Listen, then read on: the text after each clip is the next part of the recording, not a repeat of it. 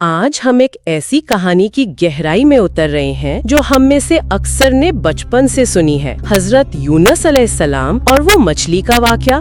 جی بالکل۔ لیکن ہمارے سامنے جو ذرائع ہیں، قرآن کی آیات، ابن کثیر جیسی کلاسیکی تفاسیر اور دوسری روایات، وہ بتاتے ہیں کہ اس کہانی کا سب سے ڈرامائی حصہ صرف مچھلی نہیں ہے۔ صحیح کہا آپ نے۔ اصل ڈرامہ تو ایک پورے شہر کی کہانی ہے جس نے اللہ کے نازل ہوتے ہوئے عذاب کو پلٹ دیا۔ انہوں نے ایسا کیسے کیا؟ اور اس سب کے مرکز میں وہ نبی، ان کا ذاتی سفر کیسا تھا؟ یہ ایک بہترین نقطہ ہے کیونکہ یہ کہانی دراصل دو متوازی ٹریکس پر چل رہی ہے۔ دو ٹریکس؟ جی، ایک طرف ایک شہر ہے جو تباہی کے دہانے سے واپس آتا ہے اور دوسری طرف ایک نبی ہیں جنہیں ایک ایسی آزمائش میں ڈالا جاتا ہے جس کی مثال نہیں ملتی، اور یہ دونوں کہانیاں ایک دوسرے سے بہت گہرائی سے جڑی ہوئی ہیں۔ اچھا، حضرت یونس علیہ السلام جن کا نام قرآن میں 6 جگہ آیا ہے، انہیں نینوا کی بستی کی طرف بھیجا گیا تھا۔ نینوا یہ آج کے عراق میں ہے نا؟ ہے نا؟ جی بالکل، موصل کے قریب۔ یہ اس وقت کی ایک سپر پاور تھی، ایک بہت بڑا تجارتی اور ثقافتی مرکز، لیکن ساتھ ہی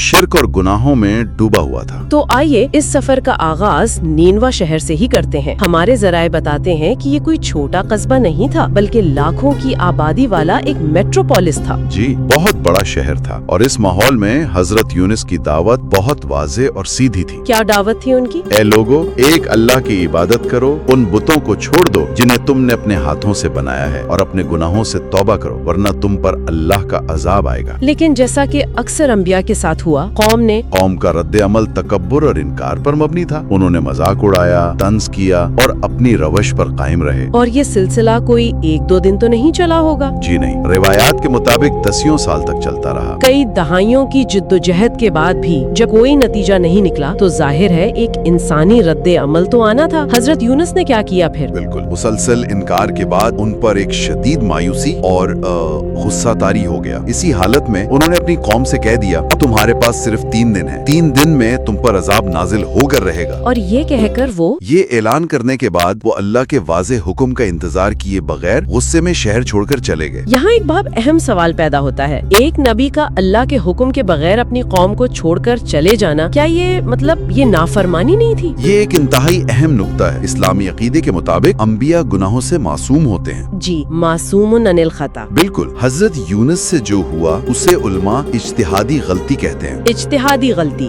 جی، یعنی an error in judgment۔ جی، یہ گناہ نہیں تھا۔ انہوں نے اپنے انسانی سمجھ اور تجربے کی بنیاد پر یہ نتیجہ اخذ کیا کہ ان کا مشن مکمل ہو چکا، قوم اب ایمان نہیں لائے گی اور عذاب یقینی ہے، اس لیے انہوں نے وہاں سے نکل جانا بہتر سمجھا۔ تو غلطی کیا تھی؟ ان کی عظیم آزمائش کا آپ سمجھے کہ پیش خیمہ بنی۔ تو ایک طرف حضرت یونس یہ سوچ کر شہر سے نکل گئے کہ قوم پر عذاب آنے والا ہے، لیکن دوسری طرف نینوا میں کیا ہو رہا تھا؟ جیسے ہی حضرت یونس شہر سے گئے، لوگوں کے دلوں میں ایک عجیب سا خوف بیٹھنا شروع ہو گیا۔ اچھا، وہ ایک دوسرے سے کہنے لگے، یونس ایک سچی انسان ہے، انہوں نے کبھی جھوٹ نہیں بولا، اگر وہ رات یہاں نہیں رکے تو اس کا مطلب ہے کہ عذاب کی بات سچی ہے۔ اور پھر اگلی صبح جب اگلی صبح ہوئی تو عذاب کے آثار ظاہر ہونے لگے، آسمان کا رنگ بدل گیا، ہر طرف ایک کالا دھواں چھانے لگا۔ یہ دیکھ کر ان پر دہشت طاری ہو گئی۔ یہ بات بہت دلچسپ ہے، قرآن میں فرعون اور دوسری قوموں کی مثالیں بھی ہیں جنہوں نے عذاب کے آثار دیکھے لیکن ان کا ایمان تو قبول نہیں ہوا۔ جی، تو قوم یونس کی توبہ میں ایسی کیا خاص بات تھی کہ نہ صرف وہ قبول ہوئی بلکہ عذاب بھی ٹل گیا؟ یہی اس واقعے کا سب سے منفرد پہلو ہے۔ فرق کب اور کیسے کا ہے۔ فرعون نے اس وقت ایمان لانے کی بات کی جب وہ غرق ہو رہا تھا، یعنی جب عذاب اس پر مسلط ہو چکا تھا۔ وہ پوائنٹ آف نو ریٹرن تھا۔ بالکل، نینوا کے لوگوں نے عذاب کے آثار دیکھے لیکن عذاب ابھی ان پر نازل نہیں ہوا تھا۔ انہوں نے اس مہلت سے فائدہ اٹھایا اور ان کی توبہ کا طریقہ وہ بے مثال تھا۔ کیسا تھا وہ منظر؟ تفاسیر اس اجتماعی توبہ کو کیسے بیان کرتی ہیں؟ تفاسیر ایک بہت ہی دل ہلا دینے والا منظر پیش کرتی ہیں۔ پورا شہر، مرد، عورتیں، بچے، حتیٰ کہ جانور بھی، جی جانور بھی، سب شہر سے باہر ایک کھلے میدان میں جمع ہو گئے۔ سب نے اپنے بہترین لباس اتار کر عاجزی کی علامت آٹ کے کپڑے پہن لیے۔ سبحان اللہ۔ پھر انہوں نے ایک انتہائی غیر معمولی کام کیا، ماؤں کو ان کے شیرخوار بچوں سے الگ کر دیا اور جانوروں کو بھی ان کے بچوں سے جدا کر دیا۔ ایسا کیوں کیا انہوں نے؟ مقصد یہ تھا کہ جدائی کی وجہ سے جو بے چینی اور آہو بکا پیدا ہو وہ اللہ کے سامنے ان کی بے بسی اور ٹوٹے ہوئے دل کا اظہار ہو۔ تو میدان میں हर तरफ लाखों इंसानों और जानवरों की चीखें, आहें और रोने की आवाजें एक साथ बुलंद हुई और उन्होंने खुलूसे दिल से अल्लाह से माफी मांगी। ये ऐसी सच्ची और इज्तमाई तौबा थी कि उसने अल्लाह की रहमत को जोश दिला दिया और नाजिल होता हुआ अजाब उठा लिया गया। एक पूरे शहर की तकदीर बदल गई, लेकिन हजरत यूनुस वो तो इन सब से बेखबर थे। जी, वो शहर से दूर किसी जगह अजाब के मुंतजिर थे। जब 3 दिन गुजर गए और कुछ न हुआ तो शदीद परेशानी में मुब्तला हो गए। उनके जहन में क्या चल रहा था? उनके जहन में ये खौफ आया कि अगर मैं अब वापस शहर गया तो लोग मुझे झूठा कहेंगे और उस जमाने के कानून के मुताबिक झूठे नबी की सजा मौत ही। तो वो एक शदीद जहनी कश्मकश में थे। जी, बहुत ज्यादा। इसी हाल में चलते चलते वो समंदर के किनारे पहुंच गए, जहाँ एक कश्ती मुसाफिरों से भरकर रवाना होने वाली थी। वो भी उसमें सवार हो गए। यानी वो एक मुश्किल से बचने के लिए निकले थे, लेकिन सीधे एक और बड़ी आजमाइश की तरफ जा रहे थे। कश्ती में क्या हुआ? कश्ती जब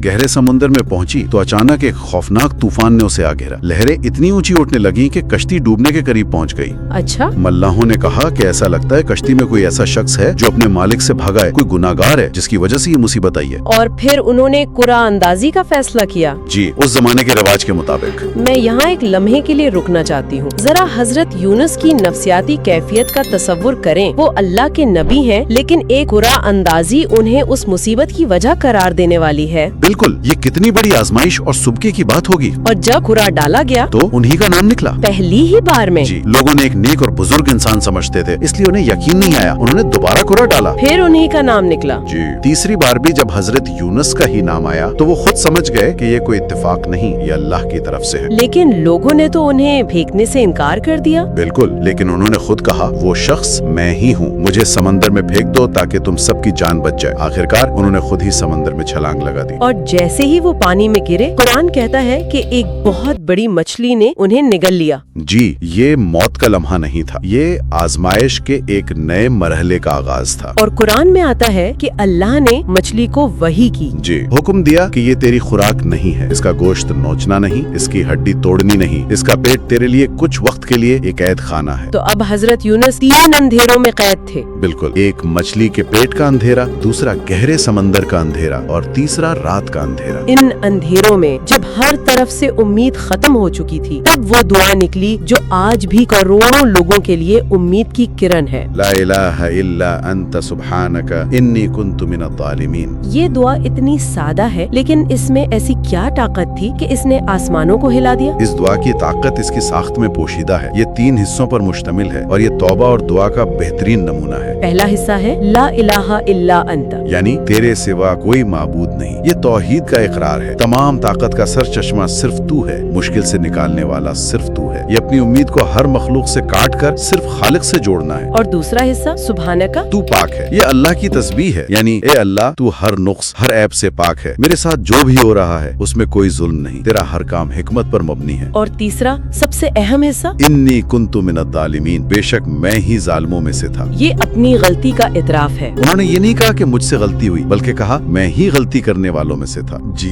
बिल्कुल, ये इंतहाई आजिजी और अपनी कोताही का मुकम्मल एतराफ है। ये तीनों चीजें, तौहीद का इकरार, अल्लाह की पाकी का बयान और अपनी गलती का एतराफ, जब एक साथ जमा होती हैं तो अल्लाह की रहमत को मुतवज्जे कर लेती हैं। रिवायात में आता है कि जब फरिश्तों ने ये दुआ सुनी तो वो भी हैरान रह गए। जी, रिवायात के मुताबिक फरिश्तों ने अल्लाह से अर्ज किया, या अल्लाह, ये आवाज जानी पहचानी लगती है लेकिन जगह अनजान है। अल्लाह ने फरमाया, ये मेरे बंदे यूनुस की आवाज है। इन कलेमात ने अल्लाह की रहमत को इस कदर मुतवज्जे किया कि अल्लाह ने फौरन मछली को हुक्म दिया कि वो उन्हें एक चिटील मैदान यानी साहिल पर उगल दे। तो उन्हें निजात मिल गई, लेकिन जब वो साहिल पर पहुँचे तो उनकी हालत कैसी थी? वो इंतहाई कमजोर और बीमार थे। मछली के पेट के अंदरूनी माहौल की वजह से उनकी जिल्द बहुत हसवास हो चुकी थी और जिस्म पर लिबास भी नहीं था। लेकिन यहाँ भी अल्लाह की रहमत शामिल हाल रही। जी बिल्कुल, कुरान जिक्र करता है कि अल्लाह ने उन पर यकतीन का एक दरख्त उगाया, जिसे अक्सर मुफस्सिरीन कद्दू या लौकी की बेल कहते हैं। अच्छा। उसके बड़े बड़े पत्तों ने उन्हें धूप से साया फराहम किया, उसके फल ने उन्हें खुराक दी, और रिवायात में है कि इसकी खुशबू की वजह से कीड़े मकोड़े भी करीब नहीं आते थे। जब वो मुकम्मल तौर पर सेहतयाब हो गए तो फिर क्या हुआ? क्या वो अपनी कौम के पास वापस गए? जी, जब वो सेहतयाब हुए तो अल्लाह ने उन्हें हुक्म दिया कि वो अपनी कौम की तरफ वापस जाएं। और जब वो नेनवा पहुँचे होंगे तो देखकर हैरान रह गए, जिस कौम को वो काफिर और तबाही का मुस्तहिक समझकर छोड़ आए थे, वो अब 1 लाख से ज्यादा की तादाद में अल्लाह पर ईमान ला चुकी थी और अपने नबी की वापसी का इंतजार कर रही थी। ये तो उनके लिए एक बहुत बड़ा और खुशगवार सरप्राइज होगा। जी बिल्कुल। तो जब हम इस पूरे वाक़े को हमारे ज़राए की रोशनी में एक साथ देखते हैं तो वो कौन सा मरकजी सबक है जो एक नबी की आजमाइश और एक कौम की निजात को आपस में जोड़ता है? मेरे ख्याल में मरकजी सबक खुलूस नीयत से एतराफ है। एतराफ? उसने इनफरादी तौर पर अपनी इज्तिहादी गलती का एतराफ किया और उनकी दुआ ने उन्हें 3 अंधेरों से निजात दिलाई। इससे ये पता चलता है कि तौबा, चाहे वो इज्तिमाई हो या इनफरादी, अल्लाह की रहमत को अपनी तरफ खींचने का सबसे ताकतवर जरिया है। बिल्कुल। और हमारी आज की जिंदगी के लिए जो मुश्किलात, परेशानियों और कभी कभी नाउमीदी के अंधेरों से भरी होती है, इसमें क्या अमली पैगाम है? पहला अमली सबक तो ये है कि गुस्से और मायूसी में फैसले ना करें। जल्दबाजी अक्सर निदामत का बाइस बनती है, जैसा कि हजरत यूनुस के मामले में हुआ। सब्र और अल्लाह के हुक्म का इंतजार करना हिकमत है। और दूसरा और सबसे बड़ा सबक दुआ की ताकत। हजरत यूनुस की दुआ, जिसे आयत करीमा भी कहते हैं, सिर्फ अल्फाज का मजमुआ नहीं है, ये एक माइंडसेट है। एक माइंडसेट। जी, जब भी कोई मुसीबत आए तो इस फ्रेमवर्क को अपनाएं। पहले अल्लाह की वहदानियत और ताकत को तस्लीम करें, फिर उसकी पाकी और हिकमत को माने, और आखिर में अपनी कमजोरी और कोताही का खुले दिल से एतराफ करें। ये रवैया हर मुश्किल का हल है। ये वाकई एक बहुत ताकतवर सोच है। ये वाकया हमें बताता है कि कोई भी अंधेरा इतना गहरा नहीं होता कि अल्लाह की रहमत की रोशनी वहाँ तक ना पहुँच सके। बिल्कुल। और मैं आज की गुफ्तगू का इख्तिताम इस सोच पर करना चाहूंगा जो सुनने वालों के लिए है। ये वाकया हमें सिखाता है कि इज्तिमाई तौबा एक शहर को बचा सकती है और इनफरादी तौबा एक इंसान को गहरे तरीन अंधेरों से निकाल सकती है। जी, ये हमें सोचने पर मजबूर करता है कि आज हमारी अपनी जिंदगियों में वो कौन से जाती या इज्तिमाई अंधेरे हैं जिन्हें हम नजरअंदाज कर रहे हैं, और मदद के लिए एक सच्ची खुलूस दिल से निकली हुई पुकार कैसी होगी। अल्लाह हमें उन वाकयात से सबक सीखने और अपनी जिंदगियों को बेहतर बनाने की तौफीक अता फरमाए। आमीन।